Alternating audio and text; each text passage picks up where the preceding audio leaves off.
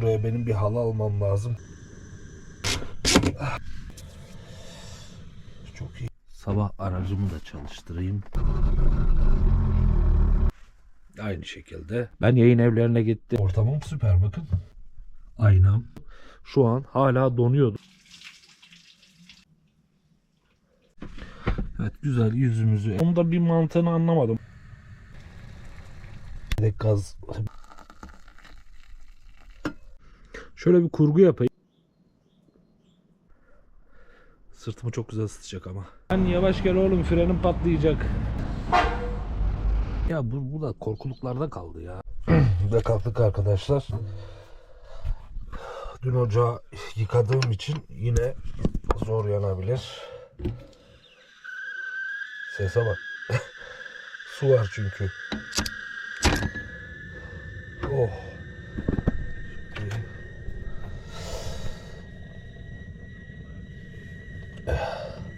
Yalnız özellikle şunu söyleyeyim.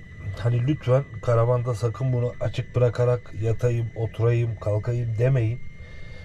Bu sürekli gözünüz bunda olsun.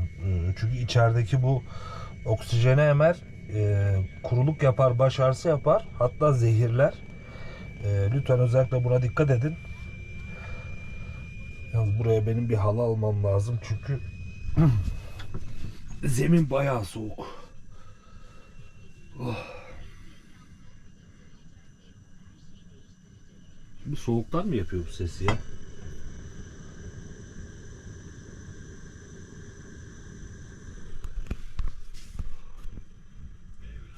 Hava ne durumda?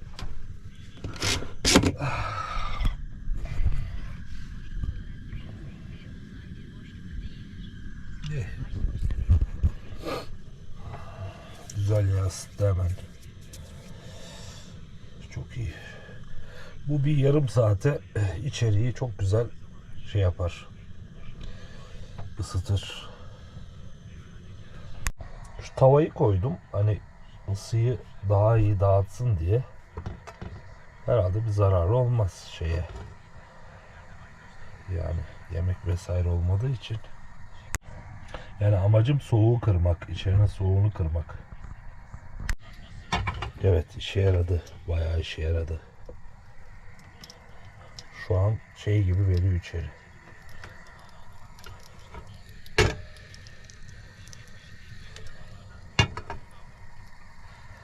Yok, iyi oldu bu. Şimdi bir de kahve koyayım bari de tam olsun. Sabah aracımı da çalıştırayım. Her sabah çalıştırıyorum 5-10 dakika. Çünkü şarj ediyorum şeyden. Hani içeride de şarjlar var ama onlar çok yavaş. Bunlar daha hızlı. Şu. Şimdi GoPro'yu da takacağım zaten. Çalıştırmadan önce özellikle soğukken 2 kere ne deniyor? Bujiler mi ısıtılıyor diyor. Bunlarda buji yok gerçi de. Kızdırma mı ne oluyor? 2 kere benzin pompalıyoruz.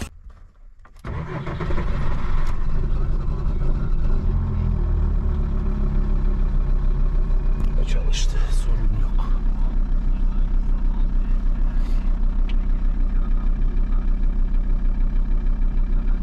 Saat 10'a geliyor. Kalktım, işte içeriği ısıttım, arabayı çalıştırdım, arabanın kaloriferini de çalıştırdım. Soğuk kırıldı, yani beni güzel idare etti. Terlik, çorap, içlik, üzeri eşortman.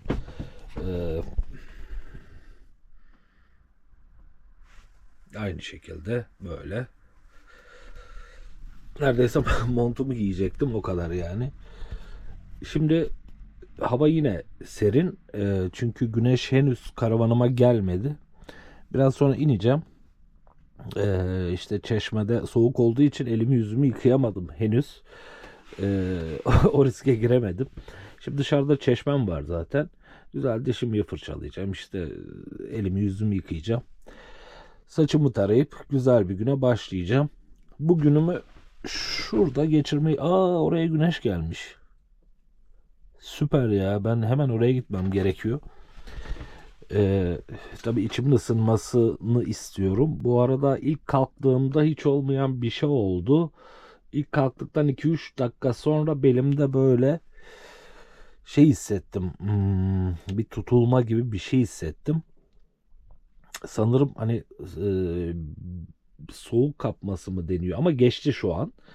Çünkü hemen üzerime işte hırkamı giydim ve sırtımı ocağa doğru verdim. Ondan sonra geçti. Yani inşallah geçmiştir. Yani tekrar etmez. İlk defa oldu. Bir kere de askerdeyken Kütahya'da yaptım ben. Havar Eğitim Tugayı'nda. 3. Erbaş kısa dönem yaptım. 6 ay. Orada da garip bir iklimi vardı oranın. Sabah kalktığınızda 0 derece. Dolayısıyla biliyorsunuz askerde sabah kalkıp ne giyerseniz akşama kadar çıkaramazsınız. Öyle dolaşmak zorundasınız. Sabah montları giyiyorduk işte botları vesaire. Ee, Fakat öğlenden sonra hava çıkıyordu 30 derecelere. Ee, Orada bir soğuk kapması oldu şu bacağımın şu kenarında ve burası sürekli uyuşuktu. Yani ciddi anlamda uyuşuktu. Ne zaman ki işte İzmir'e tayin diyeceğim İzmir'e çıktı. İzmir Özdere Özel Eğitim Merkezi havacı kampıydı. Çok güzel bir ortamdı. Rüya gibiydi. Çok güzel zamanlarım geçti orada. Allah gönlüme göre verdi. Hani seviyorum ya böyle şeyi. Orada da kamp hayatı var. Yani havacılara ait bir kamp ama dev gibi bir otel düşünün. Tamamen hani askeri kurallara göre yönetilen ama tatil yeriydi. Çok çok güzel bir yerdi. Hala unutamıyorum orayı.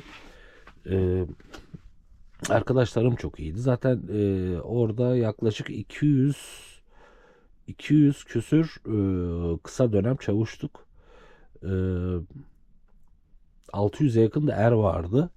Koğuşlarımız vesaire klimalıydı. Güzeldi ya, çok güzeldi. Çok çalışıyordum orada. Komutan diyordu ya yeter artık diyordu. Çimleri çürüttün diyordu sulamaktan.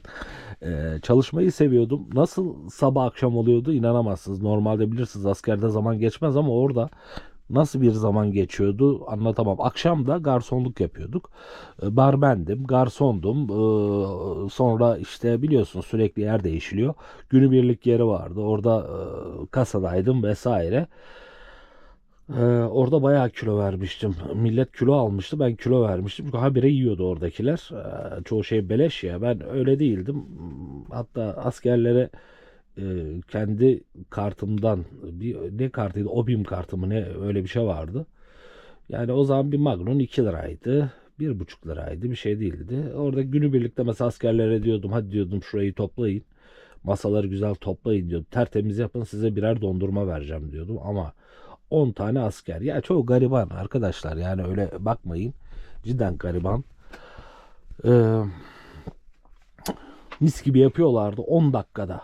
O günü birlikte ne çöp kalıyordu ne şu ne bu geliyorlardı. Hepsine birer tane dondurma ısmarlıyordum ve kendi kartımdan çekiyordum. Bundan emin olabilirsiniz. Ee, Öyle çok şey yapmıyordum. Yani tenezzül etmiyordum orada hani beleş yemek içmek vesaire. Hatta oranın kantininden ben kantinde değildim. Hiçbir zaman da olmadım. Kantininden sayım yapılmış 300 adet kutu içecek, gazlı içecek eksik çıkıyor. Yani Allah korusun. Tabi hesaplar şaşabiliyor. Mesela bende sayımda 2-3 tane şey çıktı. Ya patlatıyorlar da bakmayın o da var da eksik çıkıyordu. Eksiği hemen tamamlıyordum. Yani kendi kartımdan çekip tamamlıyordum ki hani laf gelmesin vesaire. Gidiyordum tost yani beni hiç seven çocuklardı. Buradan da izliyorlarsa selam ederim. Ee, Tost istiyordum, yapıyordum. Parası neyse ödüyordum. Yani hiçbir şekilde tenezzül etmiyordum bazı şeylere vesaire. Sonuçta bu da bir saygı doğuruyordu karşı tarafta. Anlatabildim mi? Yani farklı bir şey şimdi. Askeriyede herkes bilir. Çocuklar da beni sayardı, severdi vesaire. Ha ne diyordum ne? Askerlik muhabbeti, şimdi bayanları sıkmışımdır da dediğim gibi bu burada şey oldu. Ondan sonra neyse o geçti gitti. Birkaç kere doktora vesaire gittim. Hiç istirahat almadım ama yani şeye girmedim. Havacı olarak yaptım 5 hafta acemlik süresi Kütahya'da. Hatta sürekli İstanbul Antalya arası gidip geliyordum karavandan önce de. Hani iş dolayısıyla vesaire. Sürekli geçerdim oradan. Güzel ya. Kuşadası'na da gittim. Yani zaten hafta sonları Kuşadası'ndaydık. Çarşı izine vesaire çıkıyorduk. O arada da benim kitabım yayınlanmak üzereydi. Taner komutan vardı. Ben çarşıya çıkmak zorundaydım. Zaten askerliğimizin bitmesine bir hafta kalaydı. Beni hep gönderiyordu. Çünkü orada yayın eviyle görüşüyordum vesaire. 2008-2009 yılları. Neyse kitabım çıktı. Bu arada ben yazarım. Yaklaşık 395 sayfalık bir romanım var. İşte Suriyeli bir baba kızın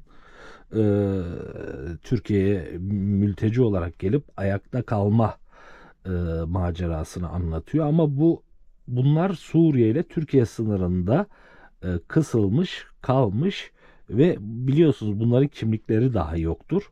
Bu tamamen kurgudur ama şey değildir. Hani yaşanmış bir belgesel tarzı değildir. Onun kitabımı da size göstereceğim ayrıca kapak olarak. Hani ben yapı olarak mütevazi bir insanım. Böyle çarşaf çarşaf işte ben kitap yazdım gezmem. Normalde aslında kitaba baktığınız zaman 500-600 sayfaya yakın ama yayın evi maliyetten kaçmak için karınca duası gibi yazmış. Zaten kitabı gösterdiğimde anlayacaksınız. O da şeyde bagajda. Bagaj diyorum işte arkada kutunun içinde. Onda hatta var 10 tane vesaire var. Ondan sonra yazmadım. Niye yazmadım? Çünkü küstüm. Yani çok şeyler yaşadım o konuyla ilgili. Okumayan bir topluma maalesef kitap yazmak hiç iyi bir şey değildi. Akrabalarımdan bile okumayanlar var. Sonra soruyorlar ikinci kitap ne zaman gelecek dedim. Birinci kitabı okudun mu? Yok. İkinciyi niye yazayım ben? Yani okumayan bir toplum. Mesela Japonya'da bir kişiye yılda 29 kitap düşerken, ya okurken bir Japon yılda 29 kitap okurken bizde 29 kişi bir kitap okuyorsa bu işin ne ticari kazancı olur ne şeyi olur. Hatta hiç unutmam ben dedim hani amacım para kazanmak değil romanımı insanlara şey yapmak. Çok cüzi. Yani böyle kapı kapı elimde çanta pazarlamacı gibi dolaşırlar ya. Böyle giriyordum eczaneye, işte esnafa, şuraya, buraya vesaire. İşte diyordum benim yazdığım bir kitap ve diyordum ve ya şu anın parasıyla 5 liraya şu an hala satılıyor mesela Türkiye'de D&R'larda ve bütün kitap noktalarında vesaire her yerde var. Bilmiyorum artık günah boyuna yayın evi ne yaptı ne etti bana bir rapor geliyor. Şu kadar. Bakıyorum raporları ya muhasebeciyiz yani. Hiç birbiriyle alakası yok. Stokla alakası yok. Şu yok bu yok.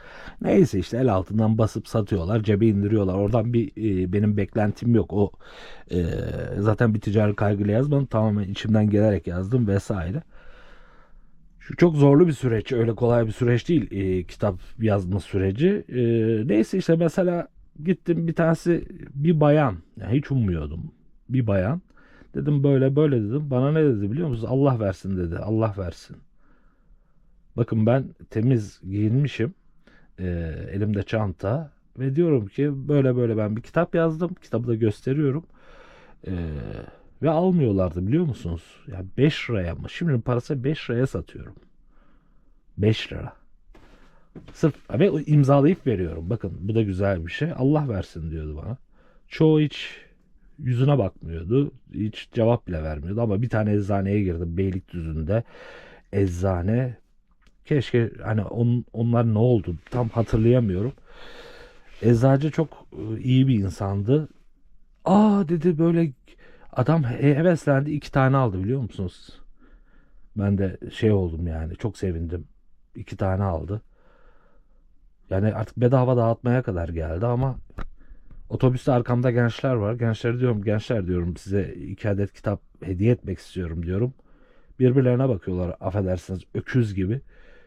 Ee, sakıncalı mı zannediyorlar, bir şey mi zannediyorlar? Kendi yazdığım roman, yani roman diyorum. Hani bir aykırı bir şey yok. Sonuçta bu Kültür Bakanlığı onaylı, barkodu alınmış, telifi alınmış, tamamen resmi bir kitap. Görüntüsünü koyacağım zaten. Elimde de göstereceğim. Ee, Yani böyle olunca olmuyor arkadaşlar. Yani okumayan şimdi o dönemde benimle aynı devre kitabımız çıkan kişiler vardı. Onlar hala devam etti. Beşinci, 6. 7. kitapları çıktı. Ama hala duyulmadılar ya. Çünkü bizim yayın evlerinde şu huy var. Yurt dışından kolayı var. Hiç Türk yazarlara kesinlikle ve kesinlikle prim verilmiyor. Çok çok ya, ben de çok iyi bir yazar olabilirdim. Çünkü kalemim kuvvetlidir ve inanın okuyanlar şaşıp kalıyor kitabın hoşluğuna ve güzelliğine. Akıcı bir kitaptır. 600 sayfa ve 1,5 senede yazdım ben bunu. Ne diyordum? Evet, o dönemde yurt dışından hazır tanınmış yazarları alıyorlar, çevresini yapıp direkt piyasaya sürüyorlar arkadaşlar. Öyle Türk yazarı elinden tutulayım, şunu yapayım, bunu yapayım diye bir şey yoktur. Ben yayın evlerine gittim, konuştum, ettim. Ee, Yok. Yani hepsi birilerinin tek elinde. Zaten dizi senaryosu yazdım, Hollywood'a senaryo gönderdim. Ama Türkiye'de şu var arkadaşlar, senaristler belli bir çete oluşturmuş. Bakın, çete diyorum bunlara. Dışarıdan kimseyi sokmuyorlar. Zaten izlediğiniz dizilerden bunu anlayabiliyorsunuz. Çünkü bunlar ciddi anlamda insanları zehirleyen tipler. Yazar kisvesi altta gezen çok insan da var. Hani biraz ünlü oluyor.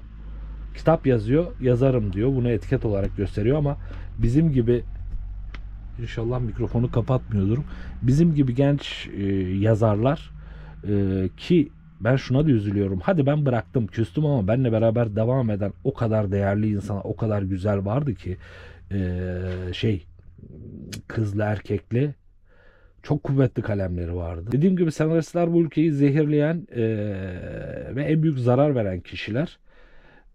Çünkü toplumun psikolojisini bozuyor. Yani o anda sen oraya acı koyuyorsun. Ben o acıyı hissediyorum. Çünkü karşımda onu görüyorum. Ee, Dolayısıyla bu iş Türkiye'de yapılmaz arkadaşlar. Keşke imkanım olsaydı bunu İngilizce diline çevirebilseydim ki şu an bunun maliyeti, çünkü çevirmene yaptırıyorsunuz. Yani adam belki bir sene bunu birebir çevirmeye çalışacak ve kalın bir kitabınız var.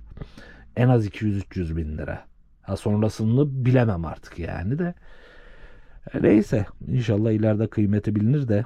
Ben şunu istiyorum. Türk yazar ve şairlere kesinlikle ve kesinlikle destek verilmeli.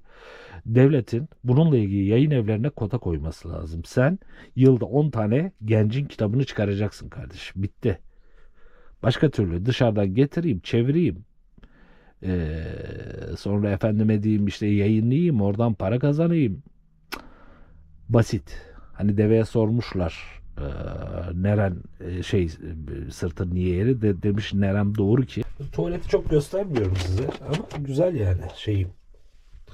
Ortamım süper, bakın. Aynam.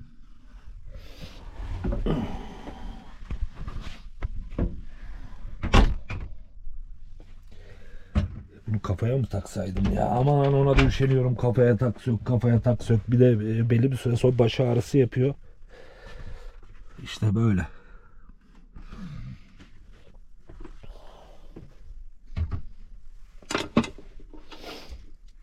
Çıkalım bakalım. Bir sırtımızı ısıtalım. Bu arada içeri terliğini çıkardım. Arkadaşlar, sabah bir kalktım, yere basamıyorsunuz. Buz gibiydi. Annemin dediği gibi bir halı benim almam gerekiyor. Ay ay ay. Ortam gördüğünüz gibi harika. Her yere güneş geldi, benim karavana gelmedi. Bakın, orada var, burada var. Ama benim hemen güneşe gitmem lazım. Cidden soğuk. Burası güzel. Üst ısınınca aşağıda ısı veriyor. Cidden soğuk. Yani şu an güneş olmasa ciddi anlamda burada Dışarı çıkmanız çok zor. Bunlar da sağlamdır inşallah. Buradan komple yolu görüyorsunuz. Burası tabii ki hiç söylemiyorum, çöplük olmuş. Mesela bakın çok cam kırıkları var. İşte bunlar bakın, tuborg şişeleri vesaire. İşte bunlar yazın ısınınca mercek görevi görüyor ve ormanların yanmasına sebep oluyor. Aklınızda olsun. Şöyle oturayım. En güzel burası. Oh. Çok iyi ya. Cidden çok iyi. Gözünü seveyim. Yazın şikayet ediyoruz ama. Şimdi ben park ormana gitseydim, biliyorsunuz dün orada kalsaydım şu an hala donuyordum. Çünkü ağaçlık ve asla oraya güneş girmez. Açık alanlar her zaman iyidir demek ki. İyi ki de kalmamışım ağaç altında. Hani alışkanlık var ya, yazdan ağaç altı. Yok, açık alan. Tabi buralar Alanya merkeze göre daha serin. Isınayım ki yüzümü yıkayayım.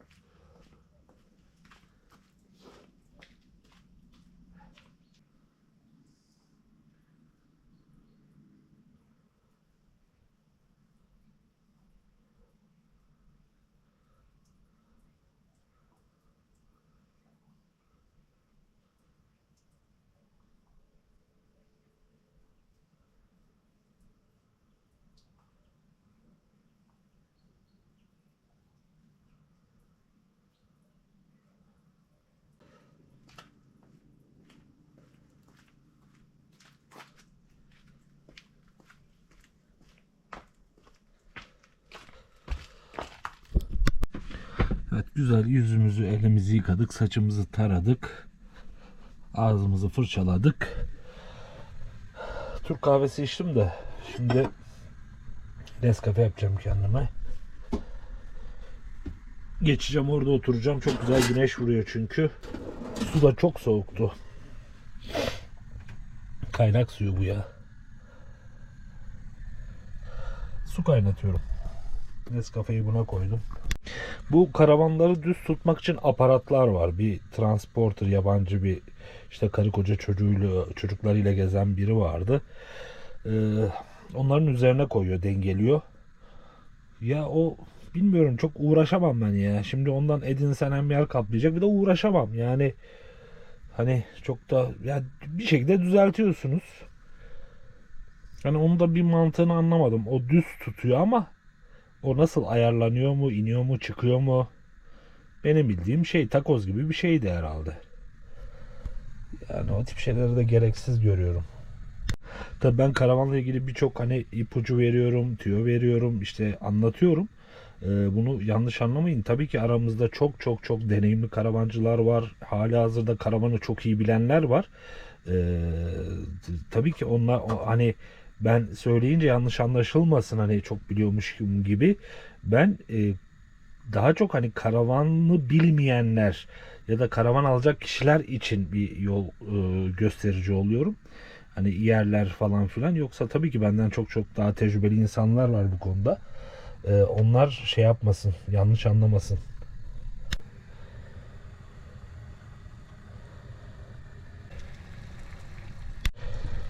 Önce bir tüpü kapatalım. Bu şeyde gaz, borularda gaz kalmasın.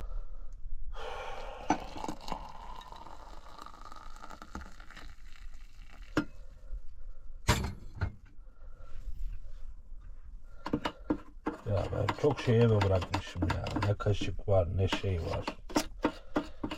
Süzgeç var. Onları almam gerekiyor. Uymuyor. Nescafe 2 adet koydum. Daha şey olsun, daha içmişken adam gibi içelim.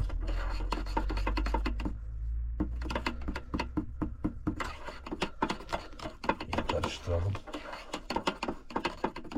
Nescafe'ler zararlı biliyorum. Hepsinin farkındayım da. Ama en zararlı şey insan. Ondan uzak durduğumuz müddetçe neyin ne için fark etmiyor. En büyük zehir stres. Size söyleyeyim. Çünkü artık benim de tahammülüm kalmadı insanlara. Kapı açık kalsın. Havalansın. Tabi sigara içmeyen kişiler için karavanda yaşamak daha büyük avantaj. Ben sigara içiyorsun, camı açıyorsun, tavanı açıyorsun. Havalandırıyorsun. Hani koku da beni rahatsız ediyor. Öyle rahat bir insan da değilim. Sigara içmemek çok büyük avantaj ya. Üşümüyorsunuz en azından. Dumanı takip ediyorum bütün gün. Çıkıyor mu, çıkmıyor mu? Oh, nasıldım? Heh, böyle oturayım. Saatimi çıkarmıştım şey yaparken, yüzümü yıkarken. Şimdi ben burada abartmıyorum. Biraz kendimi göstereyim. Burada abartmıyorum. 1 saat, 1,5 saat kadar oturacağım. Hatta şuraya yaslanacağım. Sırtımı çok güzel ısıtacak ama. Bakalım ilerleyen saatlerde nasıl bir kıyafet seçeceğim. Yani sıcaklayacak mıyım, değil mi? Yoksa artık böyle mi gidecek? Onu da merak ettim. Bu arada arkadaşlar saç ektireceğim seneye. Ama nereye? Buralara değil. Şimdi saçımı ıslattığım için şey değil. Şuralar açılma var. Oralara güzel saç ektireyim. Onun dışında çok yanlara gerek yok. Ya yapmak lazım böyle şeyler. Daha genciz. Gerçi bu işin genci yaşlısı yok da artık ona bir bütçe ayıracağız. Güzel saç ektiririz. Belki şuralara biraz ektirebilirim. Zaten arka bayağı sağlam. Normal 46 yaşında. Ocak 10'da 46 yaşını dolduruyorum. 47'den gün alıyorum. Emekliyim artık bu arada, onu söyleyeyim. Emekli oldum. EYT'liyiz. Bakalım Ocak'ta, Şubat'ta maaşlar yatacak. Lan yavaş gel oğlum, frenim patlayacak. Uysal harfiyat. Ve dediğim gibi sırtımı güneşe verdim. Oh, çok rahat. Vallahi çok rahat. Sedir gibi. Şöyle bir kurgu yapayım ama bu kurgu değil, gerçek. Yani şu gerçek keyif. Onu size söyleyeyim. Hani bunu kurgu yapacak bir şey yok. Bu ciddi anlamda bir keyiftir. Yani böyle.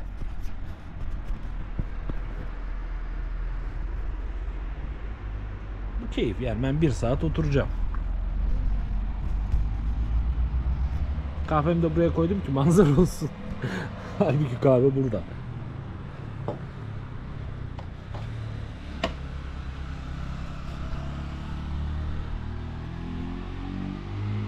Arabalar yoğunlaştı.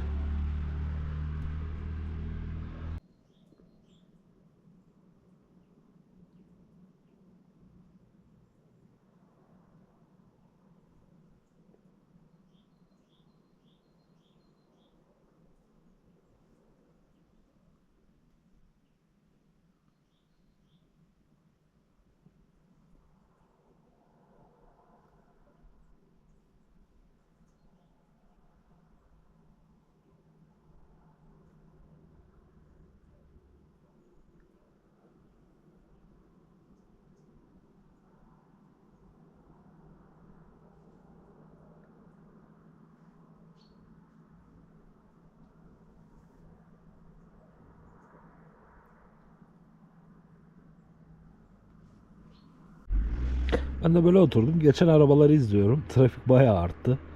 Turistler gelmeye başladı. Oturdum, arabaları izliyorum. Geliyorlar, bakıyorum. Kim geliyor, kim geçiyor. Hani kahve önlerinde oturan emekliler olur ya, böyle bakar. Niye gelmiyor? Biraz önce çok geçti. Yakında uyuklamaya da başlarım. Hani böyle kafayı kaldırıp ağzı açık uyukluyorlar ya. Belli bir yaşın üstündekiler. O günlerde gelecek. Kesin. Hani o yaşa kadar yaşarsak tabii, her şey kısmet. Nasip, kader. Kaliteli yaşam çok önemli ya. Yani şu anda hayatımı kaliteli yaşadığımı hissediyorum. Şu kaliteli bir yaşammış. Kaliteli bir an. Şu an. Ya inanın, saate günde 1-2 kereye bakıyorum ya bakmıyorum. Anlamışsınızdır. Tarihlerden bugün ne olduğunu. Hepinize böyle güzel, kaliteli yaşam dilerim. Kuş sesleri çok güzel. Çok güzel. Harika. Sırtıma bir güneş vuruyor. İnanamazsınız.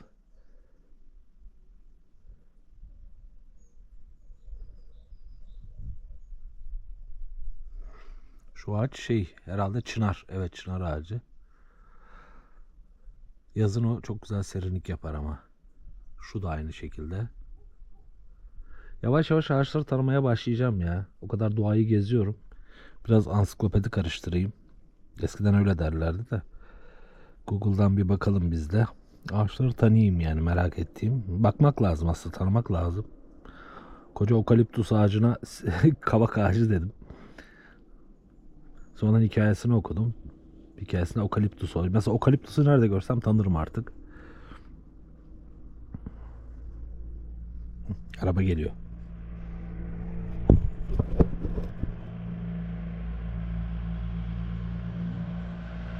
Hep bu tip arabalar. Çok var. Isuzu'lar genelde. Görevli geldi. Aleykümselam. Sağ ol usta. Nasıl? Nereden gelirsiniz? Alanya. Uzak değil. Kargıcak'ta. Yok, plaka Denizli'de. Deniz'e mi geldiniz? Ya Denizli kaldı ya. Yani plakayı değişmedim. Öyle kaldı. Ben de Denizli'yim de. Plaka. Ha, öyle mi? Ha, araç Denizli ama hemşeri. Ama ben de Denizli sayılırım artık. Nerede? Yani öyle sayılırım. Ha, değil mi? Aslen Malatya tarafı ama Denizli'ye gittim yani. Çok güzel bir yer. O yüzden değişmedim zaten. Tamam. Sevdiğim bir yer olduğu için. Tamam. Kolay gelsin. Sağ olun, size de. Görüşürüz.